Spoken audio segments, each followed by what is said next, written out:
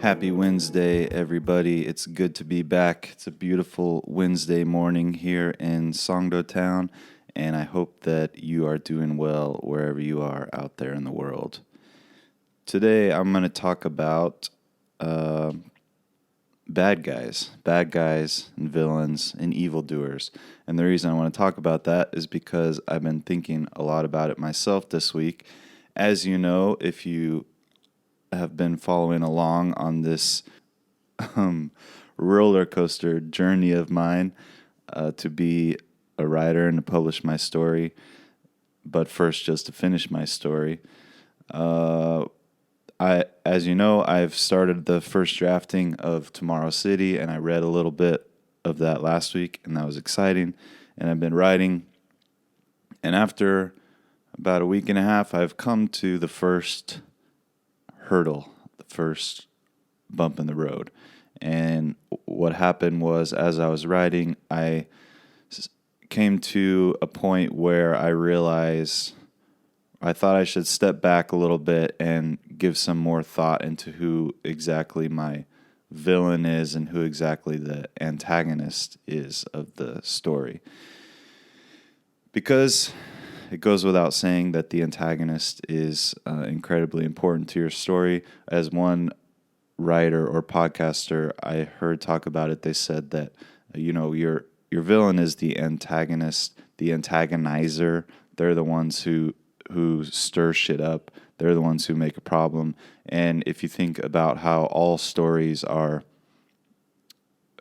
stories really run on conflict. Conflict is the fuel and the gasoline that keeps the story moving. And if your story has no conflict, then you really have no story. You just have two people sitting on a beach and relaxing all day and nothing ever happens. And that's fine. That's what we like to have happen in real life because we don't like conflict. This is something that I come back to a lot, is how in real life we want to avoid conflict, and we do pretty much everything we can to keep things smooth and keep things running, and we don't want to have fights and arguments every day. But when those things do happen, those are what makes for the interesting stories. It's like how all singers and songwriters always get a lot of material whenever they have a breakup, or they're depressed, or they're, it's like the anguished artist. It's that conflict and that sadness makes for good art. Well, it's the same as stories, that conflict makes a story, and if you don't have any conflict, then you got a pretty fucking lame story, I'll tell you that right now. And so who creates that conflict? Who's the source of that conflict? It's the antagonist. If you want to have a good hero, if you want to have an interesting protagonist who struggles over the hill, she's got to go up against something. You can't have a great swordsman unless they have a great foe to overcome. And you can't have an amazing hero unless you have an amazing villain. And so I have been thinking about that this week because I had a good idea going into my story, and I still do, but I realized I needed some more clarification, and so I've been stepping back and writing some ideas. And as I always do whenever I encounter, here's how my thought process goes whenever I'm writing and then I run into a problem. First of all, okay, you're not the first person to ever run into this problem while you're writing. Every writer who's come before you has run into these same kinds of problems. And so my first instinct is, for better or worse, I'm not saying this is the right way to do it, but this is the way my brain works. Whenever I run into a problem, I think, oh, what have other writers done? So I immediately turn to the greats for inspiration. So in the context of bad guys and villains, I immediately start thinking about what are other great bad guys and villains from other great fantasy novels and other great stories, and then I might write a few of those down and make a list of them, and then I'll start to see some trends, and then I'll see, well, maybe this is a good option for my story. And I actually did that yesterday or the day before, so I'll share with you my list here in a minute. But first, before I get into my own story, I like doing a reading. It's gotten to the point where whenever I start these podcasts, I will just kind of go look at my bookshelf. Actually, right now I don't have a bookshelf because the office is being reorganized. But I'll have another bookshelf soon. But right now all my books are on the floor. So I like to go sit on the floor and peruse all the book spines and see what's interesting to me. You know, all you writers, all you nerds out there, you can probably relate to this. It's fun just to be in a bookstore and kind of look up and down and see what's interesting to you. And I like doing that with my own book collection. And with this podcast, I've been doing that beforehand, and I'll see, which do I have something that sort of relates to what I'm thinking about talking about today. And this morning, I wasn't expecting to do this, but the book that I pulled out was a book called Redwall by Brian Jacques.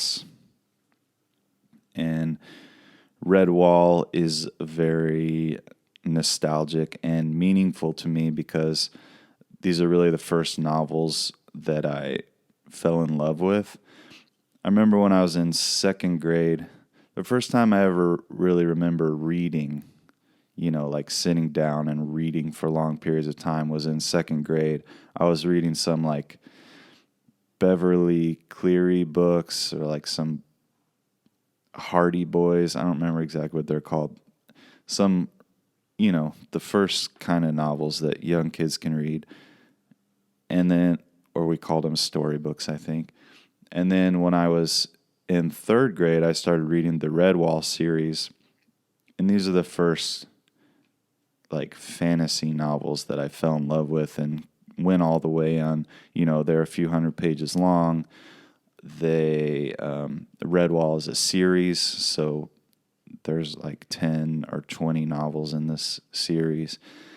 And I don't remember how I got introduced to them, but I had a great third grade teacher who encouraged my love for reading and for writing. And the Redwall series is just so fun for a kid because it's classic, what would you say? It's epic fantasy in the sense that you have castles and knights, and it's a pre-industrialized world, and you have deep, dark forests and big mountains. But then the fun thing about it is that all the characters are animals, so there's no humans. Everyone is animals. So the mice are the good guys. They live, it's interesting. You have the different races, which is one thing that is always interesting to me about fantasy, is it deals a lot with, I don't know how else to say it other than like racial tensions, cultural tensions, conflict between species, I guess. So if you think of the most basic example, like Lord of the Rings, where you have the elves and the dwarves and the humans, and some of them hate each other and they have histories.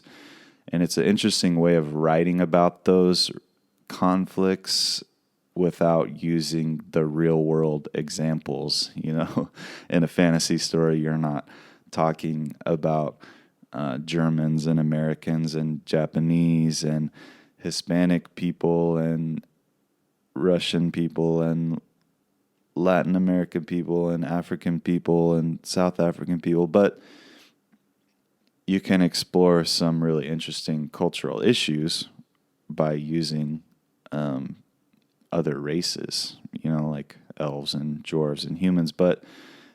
And so Redwall does that in a very interesting way by using all animals. So the mice are the good guys, and the rats are kind of inherently shitty people, like thieves and and sailors and criminals, and then there's all sort of different interesting species in between. So badgers are very powerful and noble creatures. And then you have hedgehogs and shrews and foxes and everything in between. But there's no humans in the world. So it's very fun for kids. And I loved it when I was in third grade. And I actually still have these really beautiful and weird and colorful covers of these paperback editions of the Redwall series. And I think these were printed in the 90s probably, or maybe the late 80s. I'm just looking at it now. Oh yeah, this one was printed in 86. So that was the year I was born. So these are actually pretty old copies, and I actually, some of the few books that I actually still own the same copies. So the one I'm holding right now here in South Korea in my office is the same one that I read in third grade in Portland, Oregon. So that's why they're so nostalgic to me, and I like to have them, but I haven't read them in a long time. I mean, they're kids' books, but they always will be a powerful inspiration to me. And actually, the first time I ever attempted to write a novel in my life was in the third or fourth grade when I tried to write a novel, and it was, surprise, surprise, the thing that I was writing was a lot like Redwall, and it had mice as the good guys and rats as the bad guys.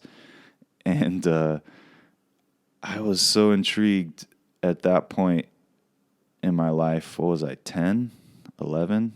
God, I have no idea how old third graders are. I was really intrigued by the fact that this story, like he could follow, the author would write different characters. So you'd meet one mouse in one corner of the world, and then you'd have a plot line going on with another mouse in another corner of the world. And then their stories would alternate chapters, and then at some point in the narrative, like maybe in the middle of the novel somewhere, those two they would meet up. And then they would bump into each other, and then their stories would become intertwined. And I remember being really fascinated by that and wondering, like, how is that even possible? How could the author...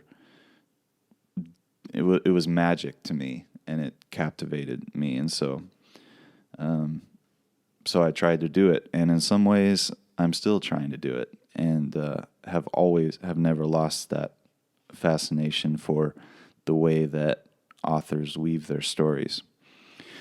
So I owe a lot to Redwall, and I love that I have these books that are still in my library. Last thing I'll say about Redwall before I read a portion of this and talk about bad guys and villains. The other thing that makes this series so fun and interesting is that the author, Brian Jacques, he is British. I don't know where exactly he's from, and I'm American. So anytime I speak about London and the UK, I sound very ignorant because I don't know about all of the different cultures and accents and social stratosphere of the UK. But what's fun about these novels is Brian Jacques, he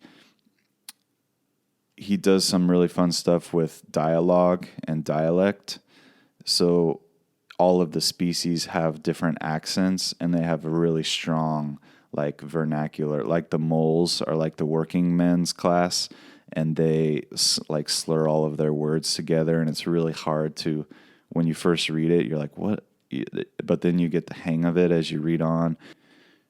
And all of the accents. When I was a kid, I actually went one time to a book reading, and I actually saw Brian Jacques, and he read part of his story, and he was just this amazing, big old, he kind of looks like George R. R. Martin, even though I feel like George R. R. Martin is pretty short, actually. But Brian Jacques at least from my memory as a third grader, he was this big, imposing grizzly bear of a man, and he read his stories with a booming voice, and he did all the different accents from all around the UK. And so he really does a great job with the characterization, and then each of the strange species and different kinds of animals has a very peculiar way of talking. And like the rabbits, the hares are they're like the warrior class. They're probably the closest things to like elves in traditional fantasy. The hares are very stealthy, and they sort of abide by their own code, and they are the best and most noble warriors, so they're the best fighters, and it's fun. I would totally recommend these to any kid. But without further ado, I wanted to read a little bit from the first Redwall book, because this is just something that I like to do. If you know me, I like to, especially Redwall, a series that was so successful and so popular. How did it get so popular? How did it achieve that level of success? And some of those ways are ways that I've already explained. The things he does with characterization, the beautiful fantasy world that he built. But what did he do, and what did the author do in those first few chapters to hook the reader, to get fans of the first book that went on to be this great successful series? And one of the things I believe that makes this first Redwall book very powerful and very clear and very just a story with substance is the villain and the antagonist. And I'm just looking at the book now, and it starts off with 3 short chapters, actually 4. The chapters are not very long. Each chapter is only a few pages, so that's fun. You get the feeling that you are progressing quickly right off the bat, which is rare for a fantasy novel and good for kids, I can imagine.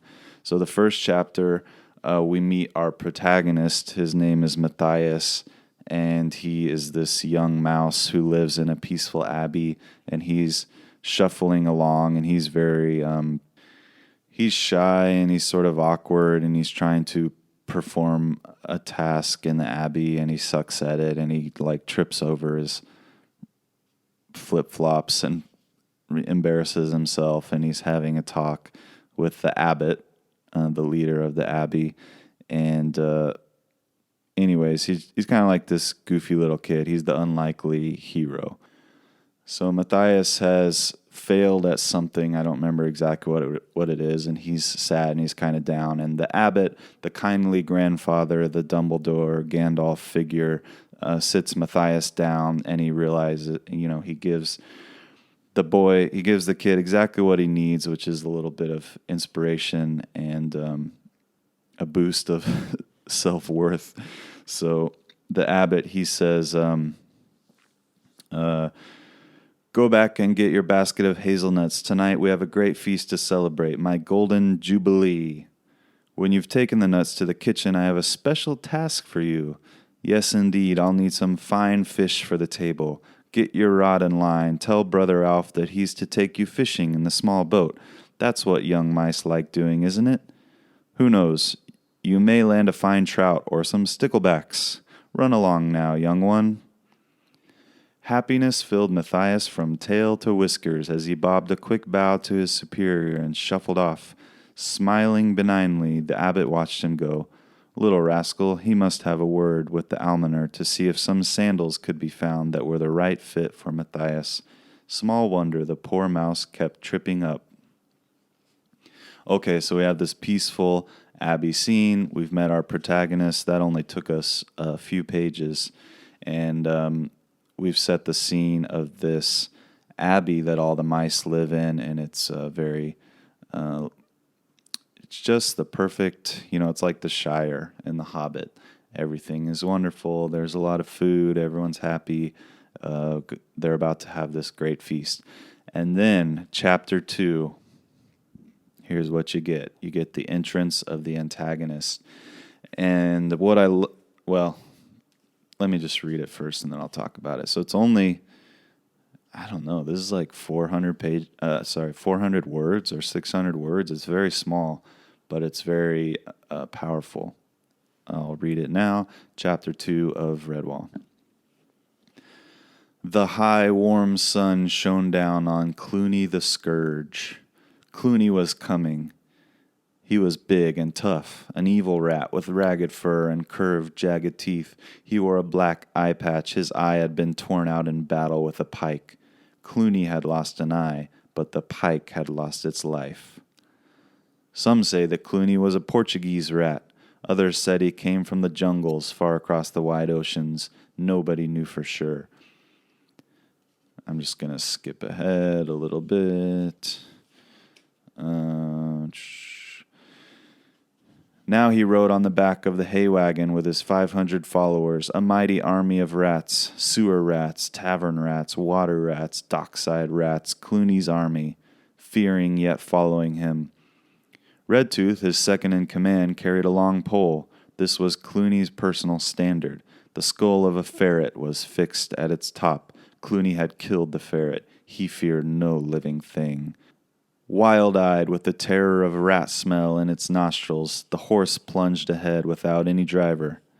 Where the hay cart was taking him was of little concern to Clooney. Straight on the panicked horse galloped, past the milestone lodged in the earth at the roadside, heedless of the letters graven in the stone, Redwall Abbey, 15 miles. Clooney spat over the edge of the cart at 2 young rabbits playing in a field. Tasty little things. A pity the cart hadn't stopped yet, he thought. The high, warm sun shone down on Clooney the Scourge. Clooney was a god of war. Clooney was coming nearer. So there you have it, man. You've got the scene set. You've got all the peaceful mice in their peaceful abbey, and they're having a feast. And then you have the vile, the fearful Clooney. He just checks all the boxes, doesn't he? He's even foreign. Like, there was that funny tidbit about maybe he's a Portuguese rat, maybe he's from the jungles across the ocean. It's like he's the other, you know. He checks all the boxes of being a bad dude. He carries a pole with a ferret skull at the top.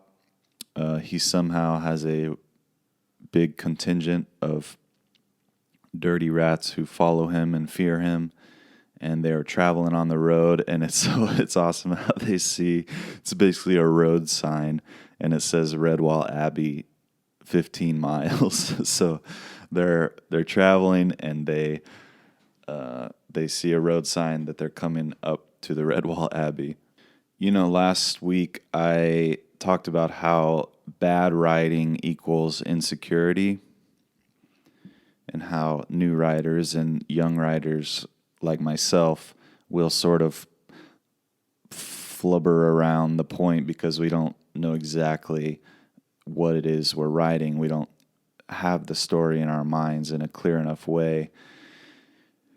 And when you read something like this, it just makes it so easy. Like, if you're like me, you know, why was I so fascinated with that book when I was 10 years old or 11 years old or whatever?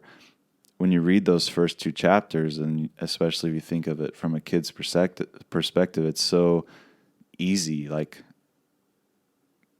there it is. I know who I'm rooting for. I know what the danger is. I know we've got a story happening here. So I'm obviously on the side of the mice. I mean, I don't really like this Clooney guy. He seems like a bad dude, and so I'm worried about what's going to happen when he gets to the Redwall Abbey, and there's going to be this conflict. And then also I know that my hero is this young, kind of bumbling, awkward mouse kid, and it's like, well, surely there's no way that he could ever defeat Clooney the Scourge because he's just this little innocent mouse. And so right there you have the makings of a fantastic story, and I want to see it play out. So there's so many things man, I just love going back and looking at this stuff because obviously I didn't think about any of this when I first read it, but going back, it's fun to look at all the things that this story is doing right. And first of all, you've got the short chapters. It's just very quick and very textbook. You introduce the hero. We like the hero because he's flawed and he's struggling, and that's what we all relate to. And then you introduce the bad guy, and we don't like the bad guy. And then we get the feeling that there's this conflict coming. And so right off the bat, it's very clear. And then, when I read this, I feel like, oh, it's a children's story, and it's a little bit humorous because you feel like, oh, the author's kind of overdoing it. There's no adultish nuance. It's not like the modern day bad guy who's also kind of a good guy, but there's all this ambiguity and you don't really know, it's like the Breaking Bad anti-hero, and a lot of that stuff is more popular, especially in like literary circles, I imagine, or, when people talk about great stories, it's nice to we want some ambiguity in our villain, or there's this idea in the writing community that no bad guy, what is it? No villain is ever a villain in their own eyes. Like the bad guy never thinks that he's the bad guy. He's just doing what he wants to do. The mad scientist who's about to blow up the world, he's trying to make progress, and he has his own motivation. So no one ever thinks they're the bad guy. They have reasons for doing what they're doing, and that's popular writers' advice is like, don't think of your villain as basically popular writing advice is don't think of your villain like Clooney the Scourge. Don't think of him as just evil all the way through and through. Think about what are your villain's motivations, where do they come from, why are they doing what they're doing, and then you can have a more nuanced, more believable villain. And I think while I do understand, there's obviously, that makes sense. It seems to make sense to me. But at the same time, it's also nice to have just a clear-cut villain and a clear-cut bad guy, too. Some people like that. I guess what I'm saying is that, especially as a young writer and an early writer, what I tell myself is that I should err on the side of being too obvious. Because what a young writer and a new writer does is they try to have all this ambiguity and nuance, but they don't make it clear enough, and they're not good enough. And so you read it, and the story is like, wait, who's the bad guy? And then that's bad. Then the reader's not interested. So what I want to do is, if anything, I should overplay. I should go too hard on being obvious about who my hero is and who my bad guy is. And then maybe if I get better and I can develop that nuance as I get more skilled, then that's great. But in the beginning, I don't know. This is leading to something else that's like another topic that I can talk about another time, but it makes me think about, I don't know, some book. If you think about a book like Twilight, where everyone reads it and people always say the same thing, like, oh, it's so terrible, but I read all 3 of them. It's like, that's what everybody says. Or, I don't know, 50 Shades of Grey, or I can't think of another popular book right off the top of my head, but they always say the same thing, like, yeah, this is terrible, but I read all of it. I love it. I couldn't stop reading. That's what people say. I couldn't stop reading it. And I always think to myself, well, then it wasn't terrible. it was a good book. It was an amazing story because it captivated you from the beginning to the end. And I think a little bit of what people are getting at when they say that, oh, it was terrible, but I read it anyways, is a little bit of that, what I just described, this Redwall effect, like Matthias the young mouse, and then Clooney the scourge, the big evil rat. You know, when we read that, we have a tendency to say, oh, it's a little childish, like, no, you know, no one's that evil, you know, no hero is that innocent, and it's it's obvious, you know. And that's what I think people mean when they say that they read Twilight and it was terrible, but they loved it. It's like, it's kind of obvious what the author is doing. And I won't go into Twilight right now. I haven't read Twilight, but I want to read it and I plan on reading it because, like I said, I think it's an amazing fucking book because it sold 1 million copies, and that's the only standard that matters. We're talking about what's a good book. Well, did it sell millions of copies? That's a damn good book. Same thing with Stephen King. You're an idiot if you try to make the argument that Stephen King is not a great author, because whoever you are, he's sold more books than you. So he's an amazing storyteller, and he gets some of those same criticisms like, oh, this isn't literary fiction, or this is cheap writing, or this doesn't have a good ending. Maybe it's obvious what he's doing. Anyways, that's another rant for another time. So back to villains and bad guys. You know, I'm operating mainly in the fantasy world, and I'm writing an urban fantasy right now. So most of the inspiration that I'm taking is from fantasy stories. So what happened this week was I was working on my first draft, and I got to a point where I was introducing the antagonist, where I was talking about the villain.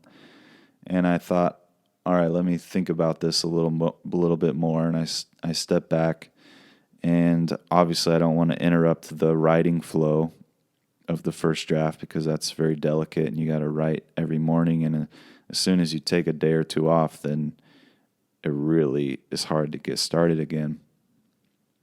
But you know, that's the balance. That's the tricky thing, is because you don't want to slow yourself down, but at the same time, you don't want to write a whole novel that, you know, you had a shitty bad guy, or you had a crucial mistake in the beginning that's going to affect it's going to really bring the quality down of your whole story. So that's the interplay between outlining and pantsing on the fly, is that's the hard part about it. You try to figure it out as much as you can beforehand so that the first drafting can go smoothly and quickly, but at the same time, there's always things that you have to stop and reevaluate a little bit as you're going. So this was the first bump in the road for me, and I just was thinking about the antagonist and the evil forces in my story, and so I started to make a list of think about other stories and who the bad guys are. So in Lord of the Rings and Harry Potter, I'll run you through my short list here, and it's interesting to think in terms of these comparisons because you start to see some patterns. In Lord of the Rings and Harry Potter, who's the bad guy? Same thing. What's his name? Sauron in Lord of the Rings, and Voldemort in Harry Potter. You have a dark wizard lord who is building power by gathering an army of dark minions and suspect dudes.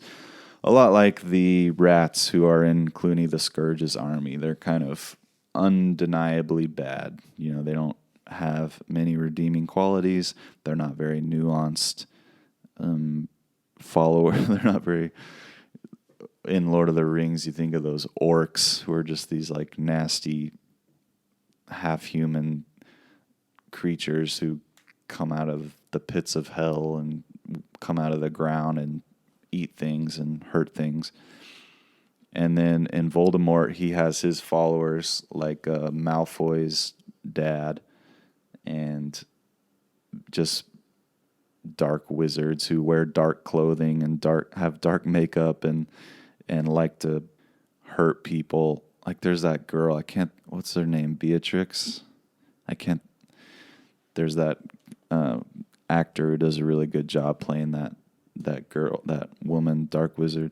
Anyways, Lord of the Rings and Harry Potter go back to the roots. You know, that's traditional fantasy.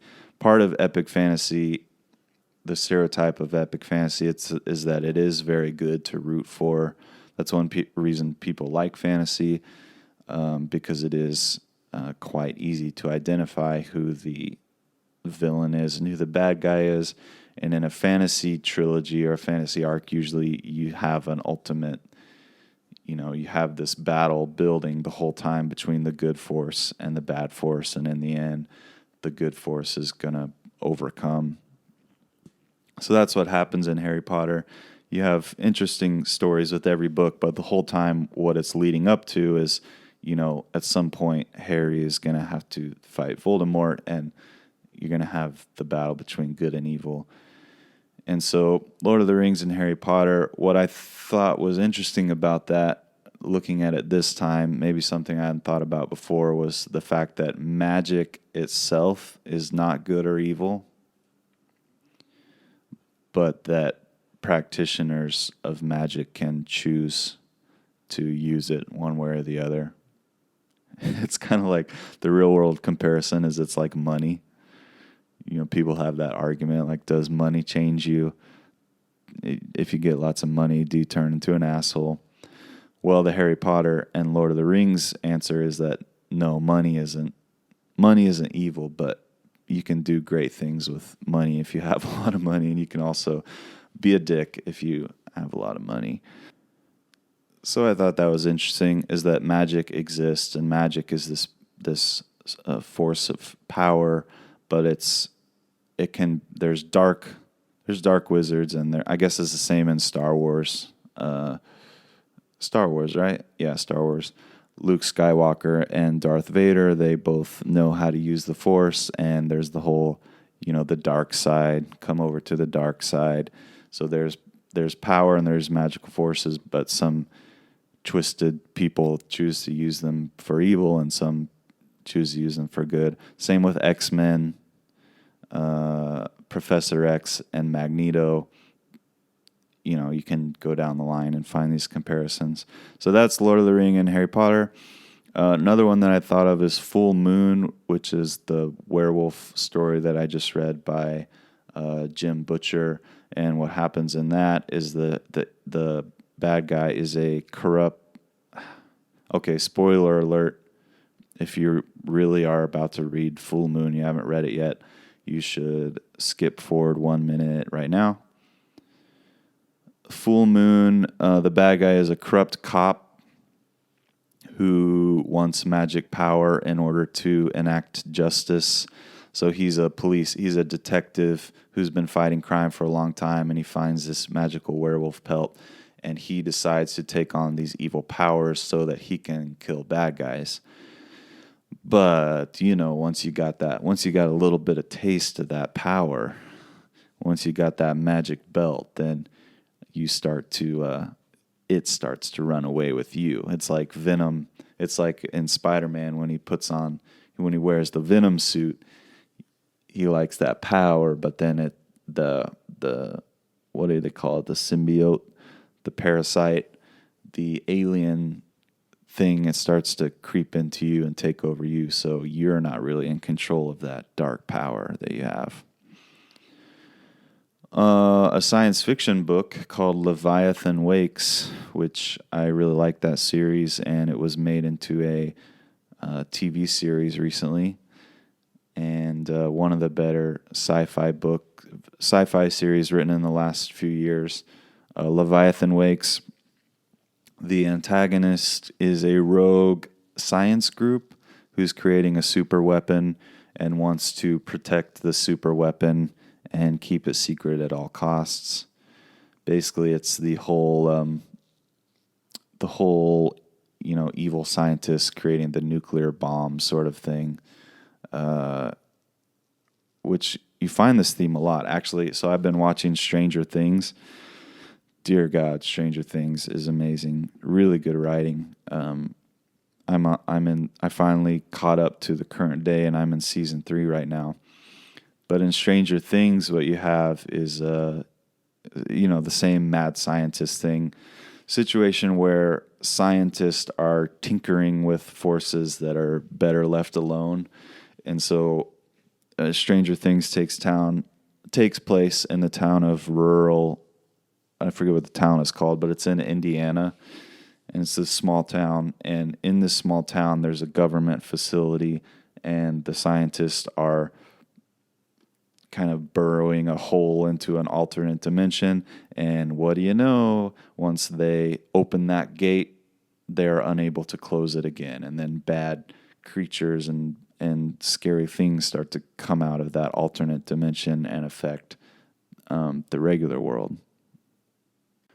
One of the things I think about Stranger Things, one of the things that's interesting, Stranger Things, it pulls a lot more on that horror aspect.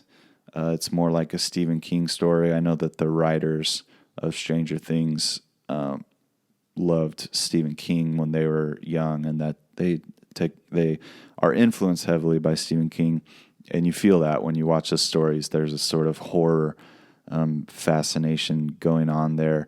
And in Stranger Things, one thing that I think is interesting is it's not that important who the bad guy is. It's not that important who the evil monster is. The whole first series, you have this sort of scary alien monster that's come out from the underworld, the Upside Down, and you just keep getting hints of who that monster is, and you don't really see it. And then finally at the end, you see it, and then our hero is able to defeat that monster. And that was a whole series of television, a whole first season. That was the bad guy. You had this really just this dark, kind of like half man, half animal creature, and it's eating people. And then in the end, it's defeated. And then in the second season, they really just did the same thing, except this time it was more of the same monster. It was the same exact thing, but there were more of them. And so, that's what happens in these series is you have to up the stakes a little bit each time and make it a little more scary. And what I thought to myself when I watched the first 2 seasons of Stranger Things was like, wow, they did a great job of playing it up, and part of that horror fascination is like you don't know what the evil is, it's kind of this dark force that you can't define, and so that's what makes it so horrifying is that things are happening in the dark and behind closed doors and things that you just can't quite understand. And so they play that up a lot, and you don't have to have, your villain. What am I saying? I guess I'm just saying that Stranger Things, and with the horror genre, maybe this is easier to do, is you have a villain that's just obviously bad. It's this nasty, terrible creature. It's a lot more like Clooney the Scourge in Redwall, where there's no redeeming qualities to the monster. But in the horror genre, it's even more obvious, I guess. And maybe that's another thing that's really appealing about the horror genre is that it's very obvious who your hero is and who your sick psychopath freak monster is. And so it's very easy to root for the good guys and for the bad guys. Maybe that's one reason why people like horror. So I look at these and I go down the list and I think, I'm not going to go the route of Stranger Things, but it is what I learned from that example is that you can keep a series going by just upping the stakes a little bit. Like those first 2 seasons are amazing. I didn't care. I didn't want a more nuanced villain. I just wanted to see the characters that I love running around and solving these problems. And so you can keep a series going by having a dark force as long as that dark force is well defined, and then upping the stakes a little bit each series. That was interesting to me. And then the thing about Lord of the Rings and Harry Potter, where this is something I think is applicable to my world in Tomorrow City, is I was thinking about, okay, so you have this magical power, and you have magic, and you have skills and abilities that can be used for good but can also be used for evil. And then you just have to think, okay, well, who are the people who are using these things for evil, and why are they doing it? And actually, Harry Potter, J.K. Rowling has been praised for doing a pretty good job with Lord Voldemort, because he wasn't as black and white as like Sauron in Lord of the Rings, who was just unredeemingly evil. Voldemort, we got some flashbacks from him as a kid. What was his name? Tom. One of the books played it up a lot, going back and showing how he was a wizard in Hogwarts, and he was jealous, and he was mistreated, and he was just sort of one of the boys that didn't fit in. He was an outcast, and he was a very talented but sort of socially awkward kid, and that made him relatable to the audience, and it made us understand his motivations and how all the bad things he was doing were motivated by pain and humiliation from his childhood. So Voldemort is actually was a great, well, not actually, obviously was a great villain, because that's a great series. And back to my gold standard, it sold a ton of books and a lot of people like it. So I don't care what critics say. Nobody has sold as many books as Harry Potter as J.K. Rowling, except for maybe Stephen King. So these are the things that I've been thinking about this week.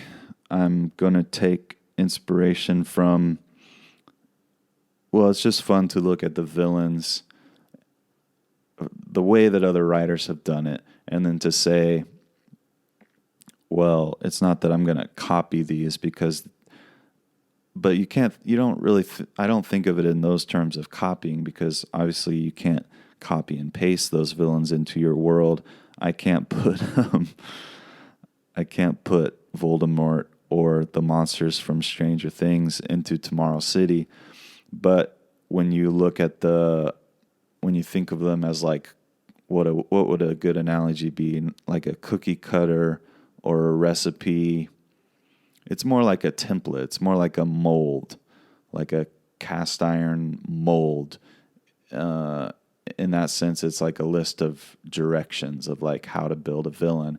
And then you take those directions, and then when you put them into your world, you can apply them to your world. And so I like the idea that the way that Harry Potter and Lord of the Rings did it, and I guess Star Wars too, where there's magic, and then it can be used for good or it can be used for evil, and then the question becomes who's the person or the peoples who are using it for evil, and how have they grouped together and found each other, and what's their agenda. And so that's what I've been thinking about with my story, and it's already given me the clarification that I needed to move forward. So wow, I guess that's why this show is called Head Trip, because it's a strange journey through my thoughts for the week. And these are the things that go through my mind when I'm working on my story and I'm struggling. Then I always turn to the greats, and that's for better or worse. I'm a procrastinator. I'm a creative, so I go off on tangents and follow the shiny things. But that's why I thought it would be a fun practice to be able to take some of this and make make something out of it, make a podcast, create something, because creating is what I love. So I'm writing these notes and thinking these thoughts anyways. So why not make them into something that I can share? Because that's the really hard thing about being a writer, is just working in a cave, especially on a big project like a novel, and days and days and days of hard work go by, and you feel like you don't have anything to show for it because you don't have anything to share because it's not finished. And so I like this. That's why I like doing the podcast, is because I like to share every week and put something out there. So I hope that you enjoy it. I've been really how can I say, just encouraged this week, because I got, I think, 2 notes from listeners over the last week, feedback from past episodes I've done. And that just really boosted my spirits, because I know you guys are out there, but I don't hear from you a lot. And that's the same way I am. I listen to all sorts. I've been listening to podcasters for years that I've never written or reached out to. And I think that's how introverts are, and a lot of creative people are. So I don't expect it to be any different, because that's how it is for me. But a few of you guys reached out recently, and that made me very excited and made me feel good. So thank you for that. I hope that everyone has a blessed Wednesday. I actually have a long weekend this weekend because I have a holiday. It's sort of the American or the Korean equivalent of Thanksgiving, the Chuseok holiday, which is like the harvest festival, the family time holiday is this weekend. So hopefully a lot of time to read and write and reflect and get back to my story with new vigor, with new, more concrete ideas about my bad guys and my evildoers. So thanks to Redwall and Clooney the Scourge for inspiration today, and hope all of you guys enjoyed this talk about protagonists and antagonists. Have a great week. Thanks for listening. This was a fun one. It's fun to talk about this stuff. I love nerding out on this stuff, and I would do it anyway, even if there was no podcast. So that's why I like doing this. Have a good week, everyone. And as always, I will be back next Wednesday with more.